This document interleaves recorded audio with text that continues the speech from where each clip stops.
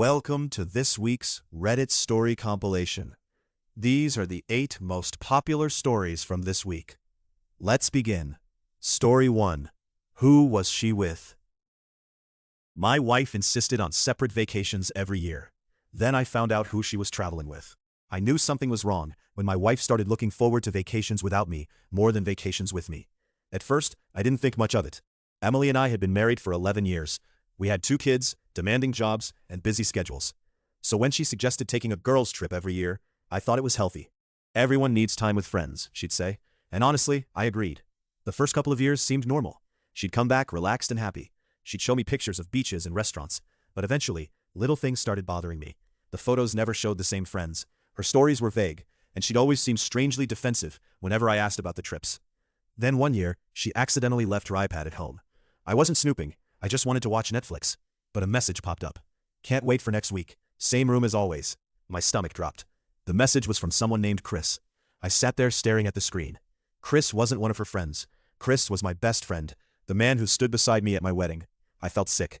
But instead of confronting them, I stayed quiet, and I waited. Over the next month, I gathered everything. Hotel confirmations, messages, photos. Apparently, they'd been taking girls' trips together for 5 years. 5 years. The real twist came when I discovered something even worse. They weren't planning to come clean. They were waiting for our youngest child to turn 18 before leaving me. They'd actually discussed how much money they'd save by delaying the divorce. That was the moment I stopped feeling sad. I called an attorney, and then I made another call. Chris's wife. She had no idea. Neither did their 2 children. We met for coffee. I showed her everything. She cried. Then she smiled, because she'd suspected something for years. Together we planned. 3 months later, Emily announced she was leaving for another girls' trip. I smiled and wished her a good time. But when she arrived at the airport, she found me and Chris's wife and 4 suitcases, their suitcases, along with printed screenshots. Neither of them said a word. Chris just turned pale. Emily started crying. Apparently, they thought nobody knew. By the time they came home, both of us had already filed for divorce. The fallout was brutal. Friends took sides. Our families were devastated, and karma wasn't done yet. 6 months after moving in together, Emily and Chris broke up. Turns out, people willing to cheat with each other are also willing to cheat on each other. Chris lost his wife, Emily lost her husband, and they both lost the trust of their children. As for me, 3 years later, I'm happier than I've ever been. I remarried an incredible woman, and every year when summer rolls around, I smile. Because I finally know the answer to the question that haunted me for years. Who was she with? The one person I never expected, and thankfully, the one person I never have to think about again. Story 2. I saw the messages. My best friend volunteered to be my best man. He didn't know I had already seen the texts. I knew my wedding was over 3 weeks before it happened. The strange part? Nobody else knew. Not my fiancé, not my family, and definitely not my best friend, Ryan. Ryan and I had known each other since we were 13. He was the guy who helped me move apartments, stood beside me when my dad died, and was the obvious choice for best man. At least that's what I thought. 3 weeks before the wedding, my fiancée Ashley asked me to answer a text while she was driving. I picked up her phone, and there it was, a message from Ryan. Can't wait until this wedding is over, so we don't have to hide anymore. I honestly thought I was hallucinating. I opened the conversation. I wish I hadn't.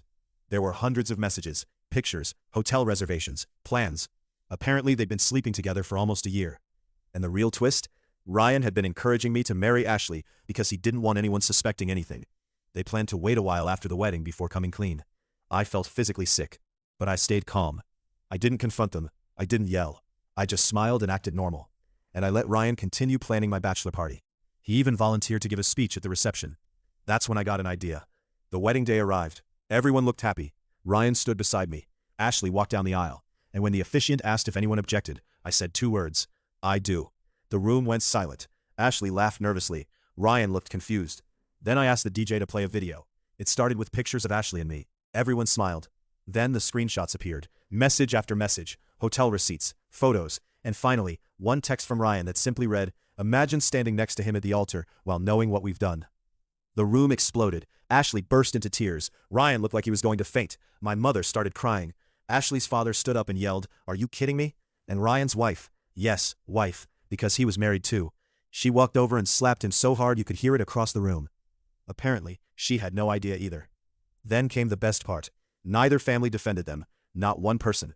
People quietly got up and left. My dad put his hand on my shoulder and said, "Let's go get dinner." So instead of having a wedding reception, 35 of us went to a steakhouse. No speeches, no drama, just family and friends supporting me. Ryan lost his wife, Ashley lost everyone, and they didn't even stay together. 6 months later, they broke up because they couldn't trust each other. Imagine that. Today, 4 years later, I'm happily married to someone who actually deserves the title of wife.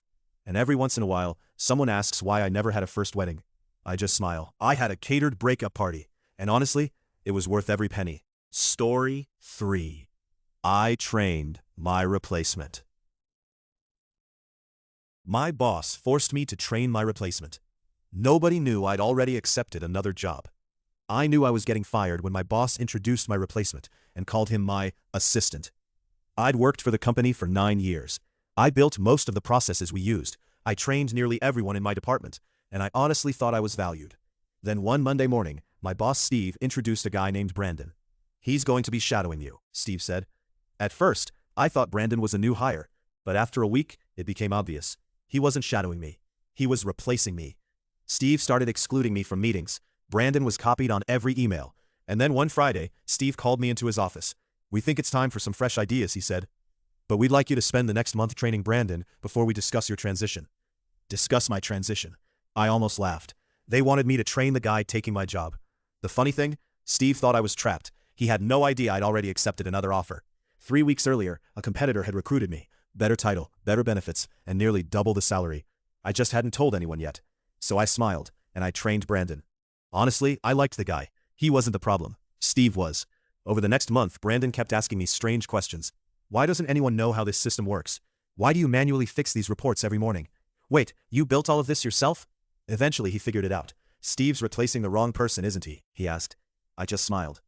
Then came the real twist. On my last day, Steve gathered everyone and announced that I decided to pursue other opportunities. He acted like this had been my idea all along. Then he proudly introduced Brandon as my replacement. Everyone clapped. I shook hands and left. 3 weeks later, I got a call from Brandon. He sounded exhausted.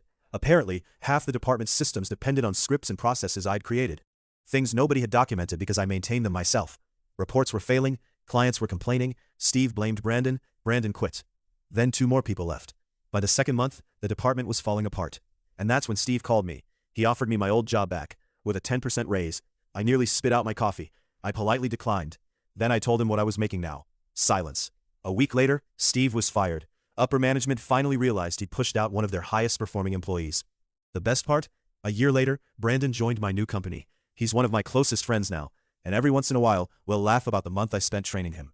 Not because he replaced me, but because neither of us knew at the time that Steve had accidentally trained his own replacement. Turns out, I wasn't training Brandon. I was training my future coworker.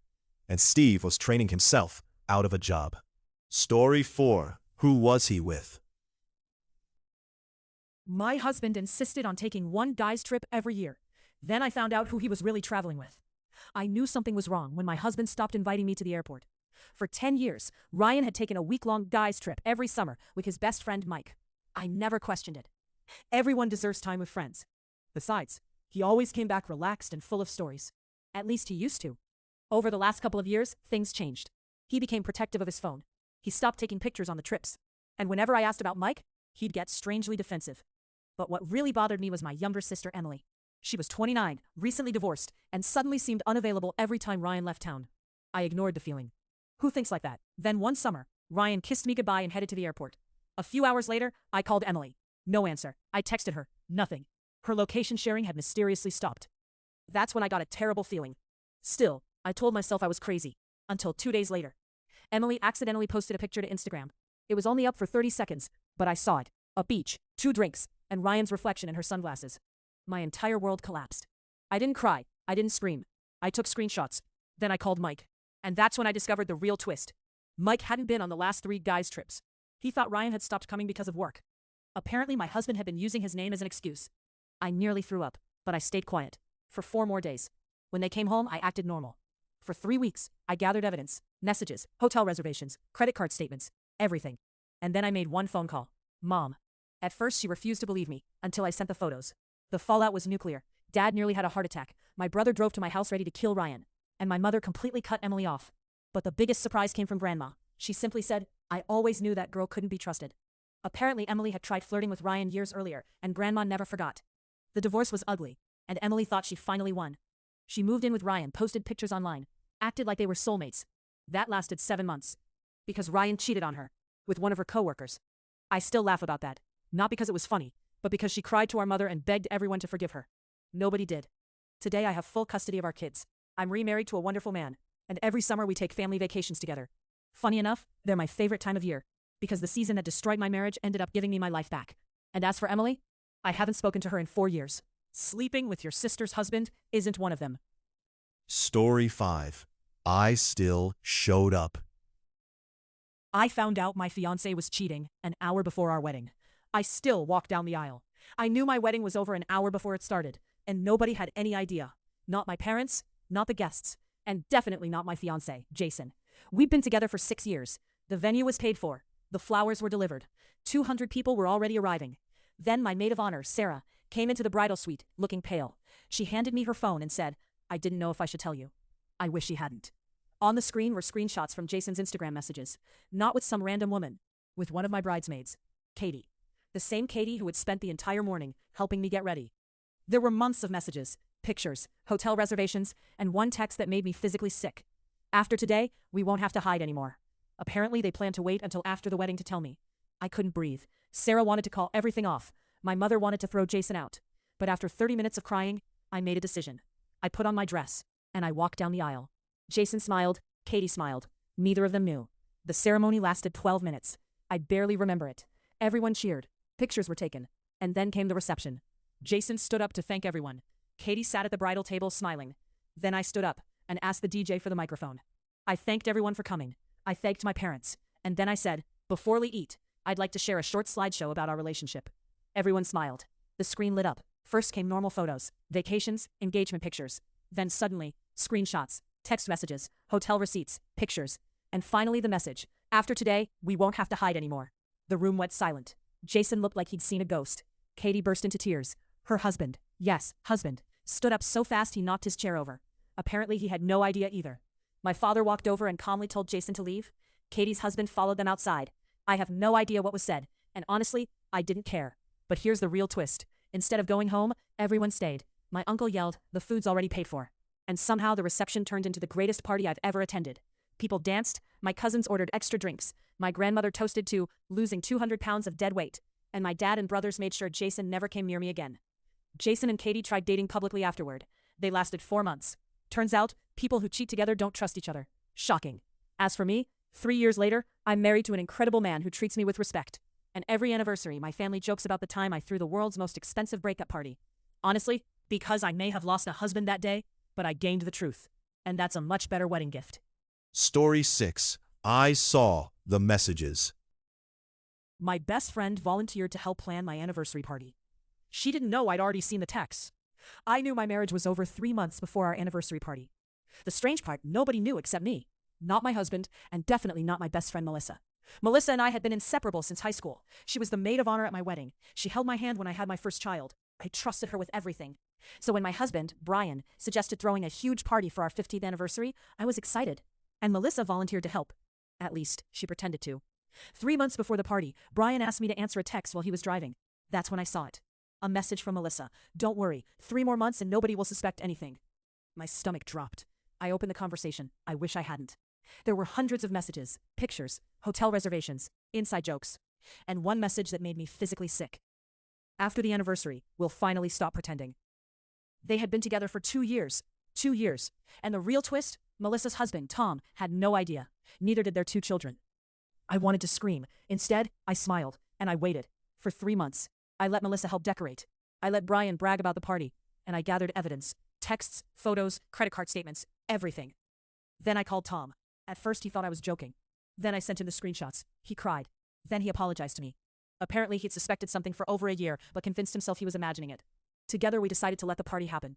After all, it was already paid for. The night arrived. Friends, family, 50 guests. Brian gave a speech about true love. Melissa stood beside him smiling.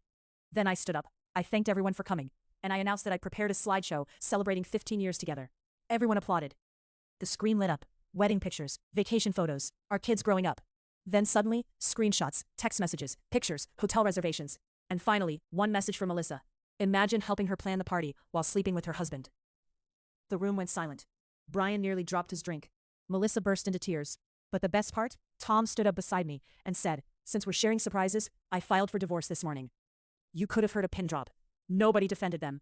Not one person. Most guests stayed. The food was already paid for. And somehow, the night turned into a celebration of freedom.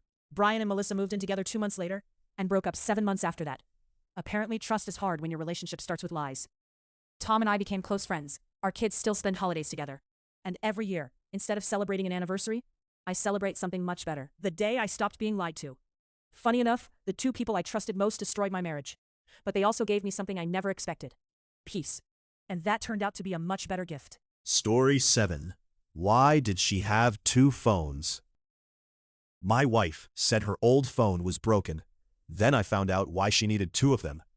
I knew my marriage was over because of a dead battery. At least, that's what my wife told me. Emily and I had been married for 12 years, 2 kids, a nice house, the kind of life I thought people envied. Then one day, I noticed she had a new phone. Nothing strange there. People upgrade all the time. But when I asked what happened to her old one, she casually said, "It died. I threw it away." That should have been the end of it, but it wasn't. Over the next year, little things started bothering me. She'd disappear into the garage to organize. She'd leave the house to run errands at strange times. And she guarded her new phone like it contained nuclear codes. Still, I trusted her. Until one Saturday, I was looking for Christmas decorations in the garage when I knocked over an old storage bin. Out fell a phone, her old phone. I immediately recognized the cracked case. Curious, I tried charging it, and to my surprise, it turned on. There were no games, no photos, no social media, just one app, messages. My stomach dropped. Hundreds of conversations, pictures, hotel confirmations, and one contact simply labeled J. At first, I assumed it was her affair partner. I was wrong. The real twist nearly made me throw up. The phone wasn't hers. It belonged to Jay. His real name was Jason, and according to the messages, she'd been keeping his phone hidden in our garage for 2 years. Whenever he visited, she'd text herself from it so there'd be no records on their normal phones. She'd literally built an affair around a hidden device.